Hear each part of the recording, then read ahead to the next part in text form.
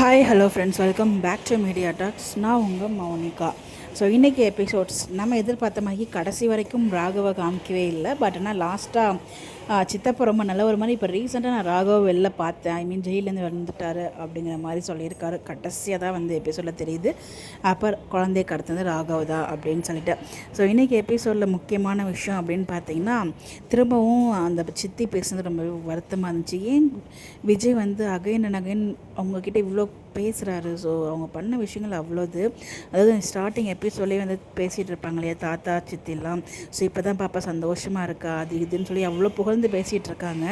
இவங்க எல்லாம் ரெண்டு பேருமே மறந்துட்டாங்க போல, தாத்தாவும் சித்தியும். இவங்களால தானே அந்த குட்டி பாப்பாவும் விஜயும் வந்து காவேரி பிரிஞ்சிருந்தாங்க.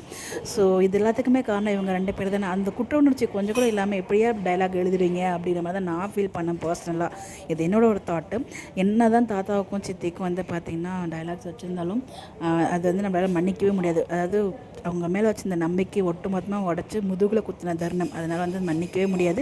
அதுவும் நீங்கள் இந்த மாதிரி பேசுகிறீங்க பார்த்தீங்களா, காவேரி கூட இருக்கிறது ஹாப்பியாக இருக்குது அப்படின்னு சொல்லிட்டு. அப்போ இவ்வளோ நாள் என்ன நினச்சிட்டு இருந்தீங்க நீங்கள் அப்படிங்கிற மாதிரி நான் ஃபீல் பண்ணேன்.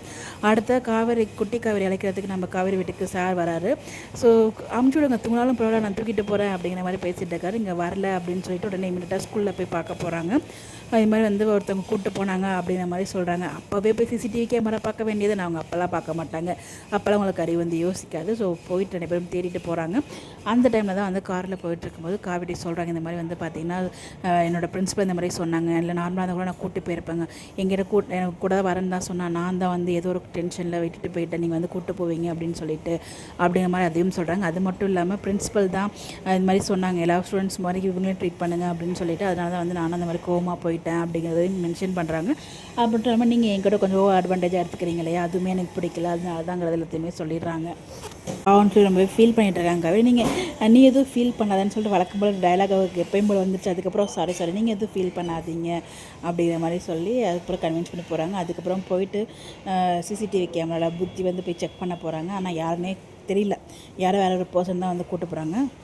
ராகவ் மாதிரி இல்லை என்னை பார்க்கும்போது. பட் அவங்களுக்கு அது ஃபேஸு கிளியராக தெரியல. அவங்களுக்கு அந்த காரோட நம்பரும் நோட் பண்ண முடியல. ஸோ வீட்டுக்கு போயிட்டு அந்த நம்ம ஒரு சீன் ஞாபகம் இருக்குன்னு நினைக்கிறேன். ஒரு பிடிஎஸ் கிடச்சிச்சு இல்லையா, நம்ம காவிரி டென்ஷனாக விஜய் வீட்டில் இருப்பாங்க இல்லையா, அப்போ அவங்க அம்மா ஃபோன் பண்ணியிருக்காங்க. அதனால தான் ஃபோனை பார்த்துட்டு இருந்திருக்காங்க.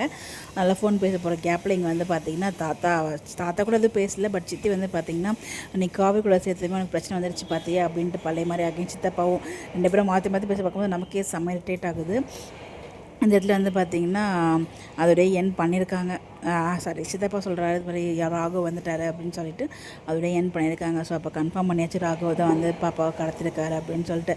அதே மாதிரி சித்தப்பா ஸ்டார்டிங்கில் அங்கே காவேரி பக்கம் போய்ட்டு எங்களெல்லாம் மறந்தாதப்பா அப்படிங்கிற டைலாக்லாம் வச்சுருந்தாங்க. என்னையா டைலாக் வச்சுருக்கீங்க, எங்களை கடுப்பேற்றிங்களே பாஸ் அப்படிங்கிற மாதிரி இருந்துச்சு. பட் எனிவேஸ் மண்டே எபிசோடுக்கு வெயிட்டிங்.